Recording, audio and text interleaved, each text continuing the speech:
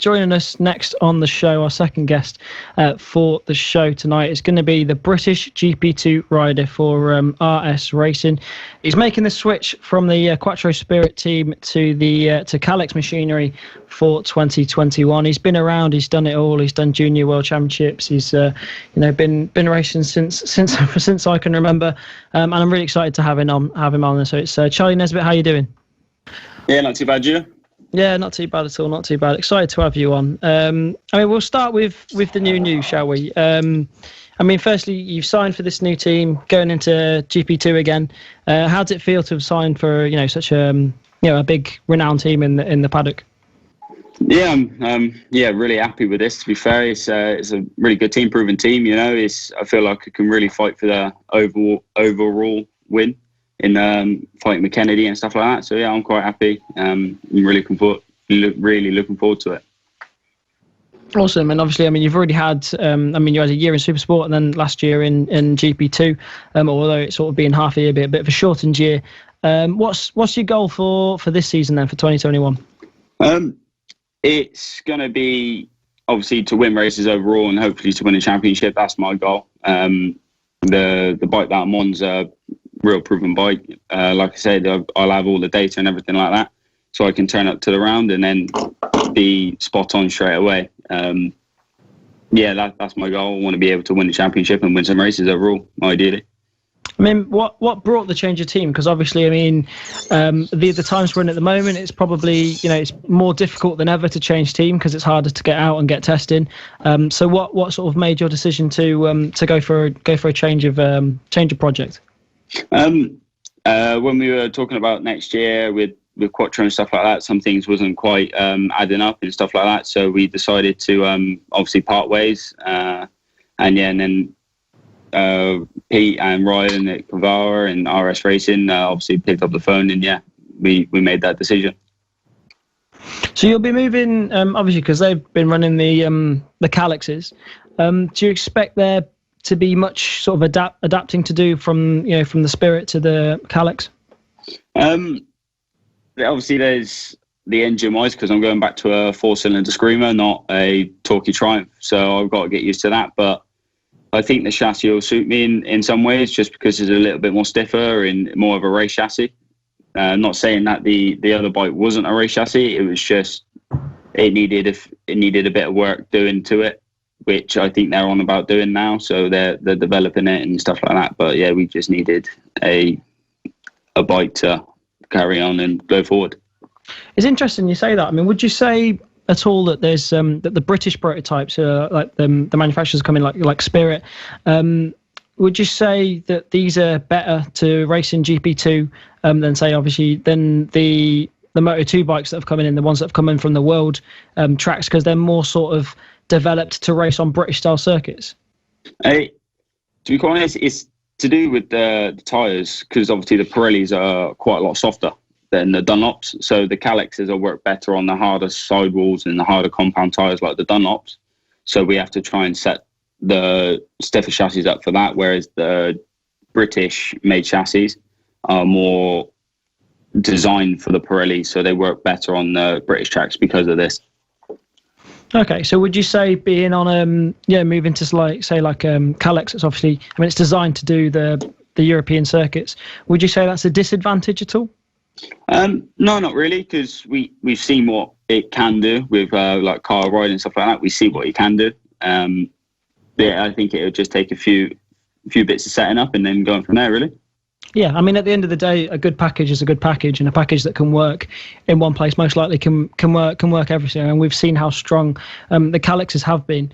What made you choose GP2 over Supersport? Because obviously you did a year, possibly two, I think, in Supersport on the Yam. Yeah, I did a year in 2019 on the Yam, but it was just more cost. We were doing, I think it's 4 or 5 engine rebuilds. I think it was $4,500 a time at an engine rebuild in a season. Said you blew up at the first one, didn't you, Charlie? Oh, I done 2 engines at the first round. Yeah, that was a bit hectic, to be fair. It just in engine rebuilds alone is massive, and then you obviously got the crash damage on top on Supersport, which is massive again. not saying that the GP2s aren't, the crash damage isn't big on the GP2s, because obviously it's all prototype stuff and it's all specially made. But it's not as bad. You can run one engine for a season on a GP2. You spoke about how do you treat the races? Because obviously it's two classes in one. Do you concentrate on the class you're in, or do you just treat every rider out there as I need to beat them, or is it more like, right, I've got I'm leading my class, I now need to concentrate on the championship, or do you just think, no, there's some guys a couple of seconds up the road from me, I'm going to catch them and I'm going to try and win the race? Well, in my head, obviously, there's a guy in front of me and I want to beat him. You know, it's just trying to get as high as you can in the possible race, and wherever I finish in my own class is wherever I finish. Obviously, if I'm battling with someone for the lead and there's a championship on stake, then you start thinking about it. But early in the season, you're just more going to win. Yeah. And also, you have to look at it as there's possible people maybe wanting to sign you up in the future, and you've got to look at it. If I'm further up the front, they're looking at me more. Yeah, that's it. Obviously, the further up the front, the more TV time you get, and then that's what gets you the sponsorship and gets you the money for racing. Because you look at what Carl Rye did a few years back when he was winning races on pretty much what your bike is going to be. So I suppose that's the kind of thing you're going to try and follow on. Yeah, that's it.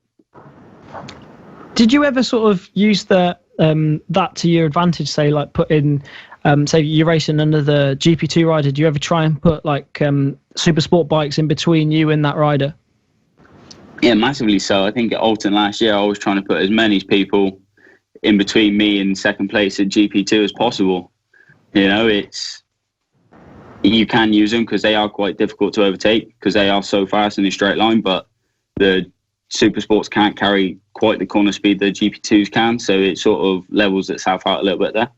Do you find that frustrating at all? Because obviously, I mean, you're going to have to carry that extra bit of corner speed because you don't have that straight line speed, and you ever find it a bit annoying when there's someone just sort of sat at the centre of the corner? Yeah, it can be quite frustrating, but you just sort of have to be a little bit more aggressive, and then you have to make your way through somehow. Yeah, I mean every class and every type of bike, you've always got to be riding around something and suiting the riding it how it needs to be ridden and compared to the bikes around you as well. So we'll go on to the 2020 season. Obviously, it was your first season in the GP2 class. You'd done a bit of super sport. How did you feel that the 2020 season went for you? It was okay. It wasn't the best season in the world, obviously, because it was shortened and everything else. But it was a pretty good season. I got a few wins and got my name about in the GP2 class. So that wasn't all bad. Obviously, the bike at the start of the year was fantastic and everything else. The bike was fantastic all year. It was just the fact that we had no data or anything like that. We were starting from scratch at every round. So we were having to build up from session one, and then by the last race we were in a good place. Was it difficult adapting from the super sport bike to the GP2 from 1 year to year? Yeah, a little bit, obviously, because I was going from 4-cylinder down to 3-cylinder again, so you ride it very, very differently. You try not to rush the corner too much, so you can square the corner off a little bit. Obviously, braking late's massively on them as well. So you almost want to try and not rush the corner, but still run it a little bit deep because you can just pick it up and square it. It was just a different way of riding. You sort of learn and then carry on there.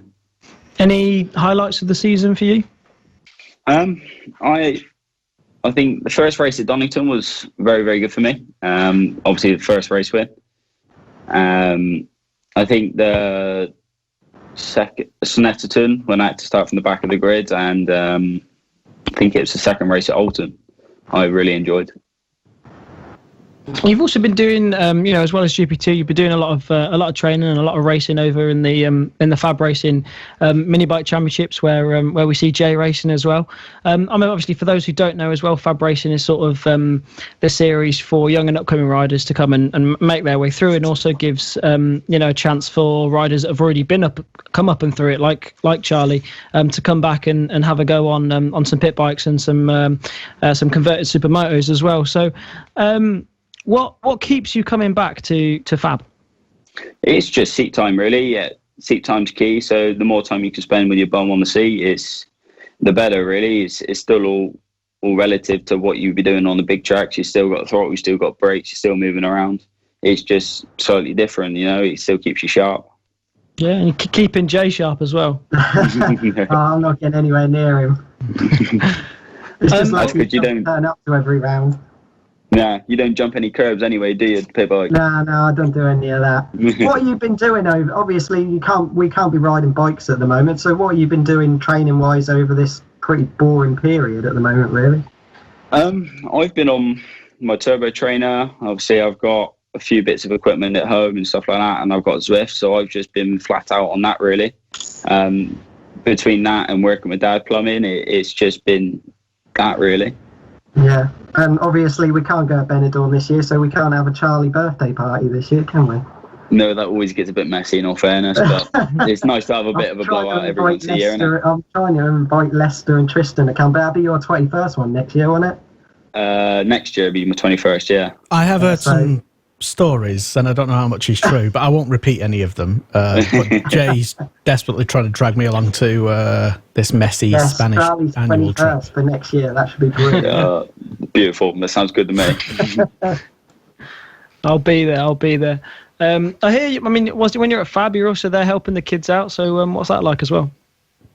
Wow, it can be quite challenging in places because obviously the kids have got an attention span of about yay big. But yeah, it is nice to help the kids every now and then, just to pass a little bit of experience onto them and try and help them along, really. And one question I've always had for you, because I mean, I've sort of, when I started racing, you were I think at the front of the 70s, something like that. And everyone, I mean, I knew you as Spud before I knew your actual name. Where did that name come from? It's quite a funny story, really. When I was born, my auntie, she picked me up and said, "Oh, he looks like a little potato, like a spud." And my dad's been calling it for me for ages, and it just stuck, and it's something that's just been there. Moving from that as well. Something as well that interests me is you've done a little stint out in the Junior World Championship as well, and it's something I think a lot of people gloss over. But what was that like? Because obviously it's completely different. Yeah, fantastic experience. The first year we were making steady progress. I was getting a few top 10s towards the end of the season, and then really starting to enjoy myself. The second year was a little bit more difficult with everything that went on with my manager and stuff like that. So the friction between the team became a little bit more harder, if that makes sense. So yeah, that's when we decided to stop halfway through the year and then come back to the BSB and go back on the Super Sport halfway through the season. Did you never think of looking at any other teams, any other options out there? Yes, trouble is so much money out there. For a decent ride out there, you're looking at €250,000 for a half decent team, and then that's plus crash damage on top of that as well. So if you have a bad season, you could be looking at, I don't know, €350,000 if you're a heavy crasher. So what's it like for British riders out there then? Are there many opportunities to help you out? Because obviously, I mean, for a family, I mean, most people don't know, but the money that you're putting towards teams and to budgets, most of it comes from the family. I mean, a bit comes from sponsors, but most of it's you got to find yourself. So what's it like for British riders out there? Is there many opportunities for help or anything like that? Not really, not so much. It's quite hard to say me go up to a British company and say, yeah, would you like to give us this much money? We're racing out in Spain. And go from there, really. Do you think we'll see any other British riders graduate from there into the GP paddock? I think there's going to have to be at least a few because I think this is McPhee's last year. So I think there's going to have to be one other rider on which I'm not too sure who's that going to be. If that makes sense, but yeah. I mean, if you carry on. Yeah, obviously Max Cook, obviously a good friend of yours, is now going to kind of do the same what you did. He's now coming back to England. Do you think he's going to fare quite well coming back to England after kind of the same few years you had in Spain? Yeah, I think he'll be doing all right. To be fair, it's his first year on a 600 and everything else. He'll have to learn the bikes and have to learn the tracks on a 600. Of course, a little bit more different to a Moto 3 random, like somewhere like Alton Park. But yeah, I think he'll do well. I think he'll be fighting for the podiums towards the end of the season. I think, like for most of you young guys now, especially even like the guys a little older than you, like Brad and that, who are in British Superbikes, all of you, I suppose, are trying to follow the direction that Jake Dixon's gone. Like he's shown that you can leave British Superbikes and get back into the GP paddock. Is that, like, obviously as a dream for yourself, that's something that you would aim to do? Yeah, for sure. I mean, if there's an option for me to go back to either Spain or even into World Championship, if the money's right and everything else, I hope to be able to go that way. Yeah. Yeah, I think we need some of the young British talent to get a chance soon because it's pretty much Jake on his own now, like you said. So hopefully some guys get a good chance soon. Yeah, for sure. And if you had to put a name on it, because obviously there's a few British riders, trying their luck out in the Junior World Championship. Obviously, it's hard to say. You can't really know. But if you had to put a name on it, who would you think would be able to make that step into Moto 3? I don't really know, to be quite honest with you. There's a few riders in ETC. You got Casey O'Gorman and you got Johnny Garnes is going to ETC. Obviously, you got Josh Watley and you've got Eddie O'Shea going into World Juniors. Obviously, this is Eddie's first year in the World Juniors with a new team, new tracks, everything else. This is Josh's third year out in World Championship now. So, I think Scott Ogden's still in it this year as well, isn't he? Yeah, Scott Ogden. To be fair, I think he made some real strong progress towards the end of the year. I think he'll be the next person to maybe make the step if that's possible for him. From your experience and from your perspective, why do you think there is a shortage of British riders in the GP paddock? I think it's just lack of funding. It's because the motorsport in England isn't so well known as it is like somewhere in Spain or Italy.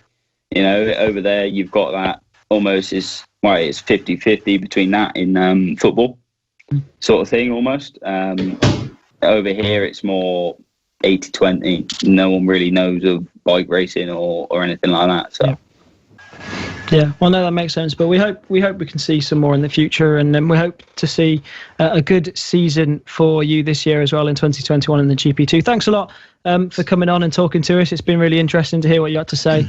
And yeah, best of luck for the season, mate. Cheers. Thank you very much. See you later, Charlie. See ya. Bye bye.